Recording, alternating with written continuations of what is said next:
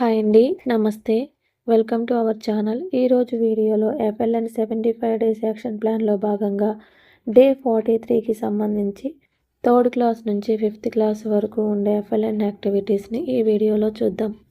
ముందుగా ఛానల్ని ఇప్పటివరకు సబ్స్క్రైబ్ చేయని వాళ్ళు, అలాగే కొత్తగా ఛానల్ని చూస్తున్న వాళ్ళు ఛానల్ని సబ్స్క్రైబ్ చేసుకోండి.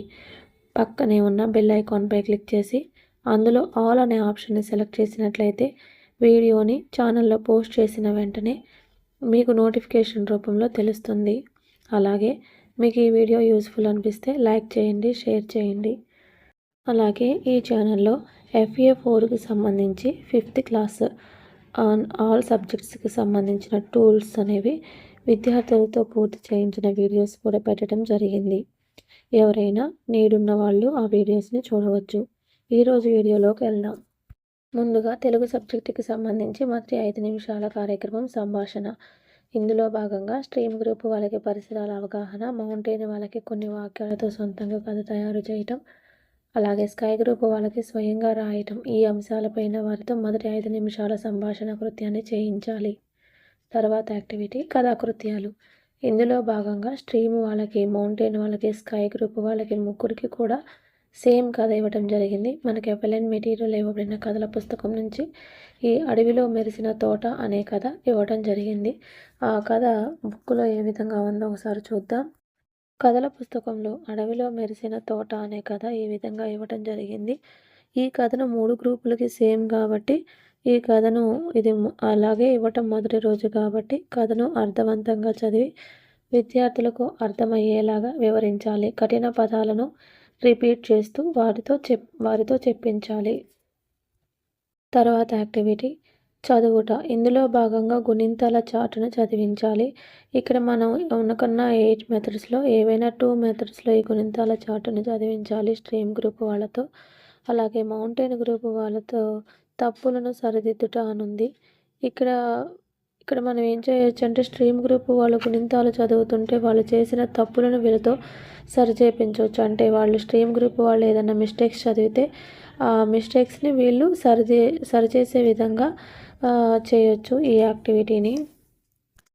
లేదంటే వీళ్ళు మౌంటైన్ గ్రూప్ వాళ్ళతో పారాగ్రాఫ్ చదివించేటప్పుడైనా వాళ్ళు చేసే తప్పులను మనం సరిదిద్దటం కానీ అలా చేయొచ్చు. తర్వాత వచ్చేసి రోల్ ప్లే. స్కై గ్రూప్ వాళ్ళకి రోల్ ప్లే ఇవ్వటం జరిగింది. పైన అడవిలో మెరిసిన తోటలో కానీ ఏదైనా ఒక కథలో ఒక పాత్రని విద్యార్థులతో రోల్ ప్లే లాగా చేయించవచ్చు. తర్వాత వచ్చేసి ఆటలు. ఇందులో భాగంగా స్ట్రీమ్ గ్రూప్ వాళ్ళకి నా జత ఎవరు, అలాగే మౌంటైన్ వాళ్ళకి ఆలోచించి పట్టిక తయారీ, స్కై గ్రూప్ వాళ్ళకి కథలు అల్లుదామా అనే యాక్టివిటీస్ ఇవ్వటం జరిగింది.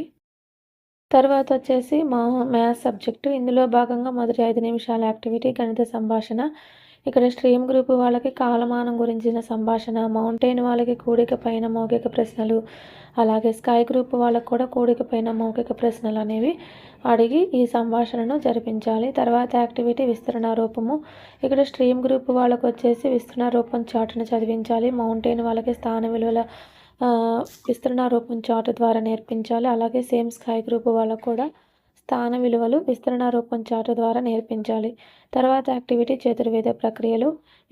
ఎప్పటిలాగానే స్ట్రీమ్ గ్రూప్ వాళ్ళకి గుణకారం సమస్యని స్ట్రాల ద్వారా నేర్పించాలి. మౌంటైన్ వాళ్ళకేమో మల్టిప్లికేషన్ కాన్సెప్ట్ని ఇంట్రడ్యూస్ చేయాలి ఇక్కడ. తర్వాత స్కై గ్రూప్ వాళ్ళకు వచ్చేసి ఈ మల్టిప్లికేషన్ మీద వర్డ్ ప్రాబ్లమ్స్ అనేవి ఇవ్వాలి.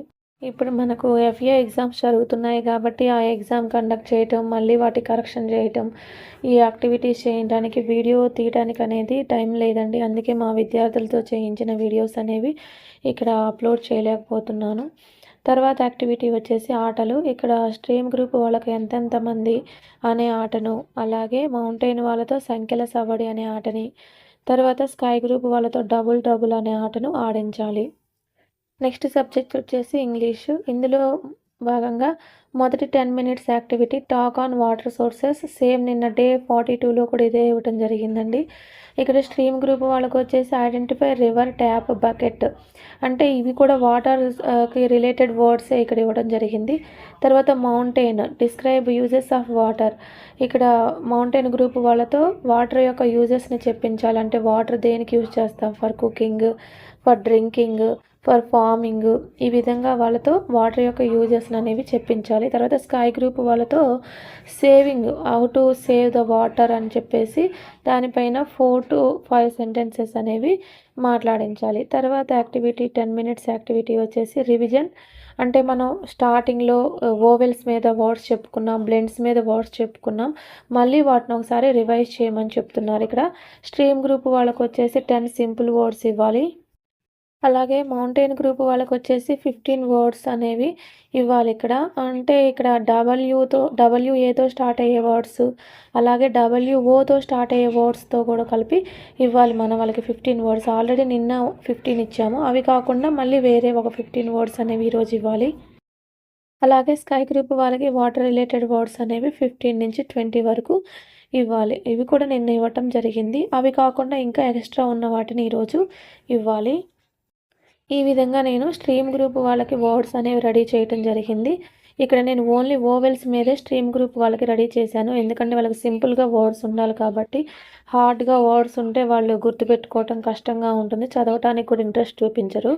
సో ఫస్ట్ వాళ్ళకి చిన్న చిన్న వర్డ్స్ అనేవి cap, 10, bin, cot, cup, cat, bed, fit, run, wit, ఈ విధంగా ఈ 10 వర్డ్స్ అనేవి రెడీ చేయటం జరిగింది. తర్వాత మౌంటైన్ గ్రూప్ వాళ్ళకి ఈ ఓవెల్స్ ఉన్న వర్డ్స్తో పాటుగా ఇంకా WAతో స్టార్ట్ అయ్యే వర్డ్స్, WOతో స్టార్ట్ అయ్యే వర్డ్స్ అనేవి ఇవ్వటం జరిగింది. Got, mat, hot, sun, hut, nut, word, watch, wallet, wall, ఈ విధంగా టోటల్గా 15 వర్డ్స్ అనేవి వాళ్ళకి ఇవ్వటం జరిగింది. తర్వాత స్కై గ్రూప్ వాళ్ళకి వచ్చేసి వాటర్ రిలేటెడ్ వర్డ్స్, ఈ విధంగా 15 వర్డ్స్, నిన్న ఇచ్చిన 15 వర్డ్ కాకుండా ఇవి కొత్తగా ఉన్న వర్డ్స్ అన్నమాట. ఇవి కూడా వాటర్ రిలేటెడ్ వర్డ్సే. వీటిని వాళ్ళతో బ్లాక్ బోర్డు పైన రాయించి మనం డ్రిల్లింగ్ లాగా ఇప్పించటం, అలాగే నోట్బుక్లో నోట్ చేయించి చదివించటం అనేది చేయాలి. తర్వాత పారాగ్రాఫ్ రీడింగు.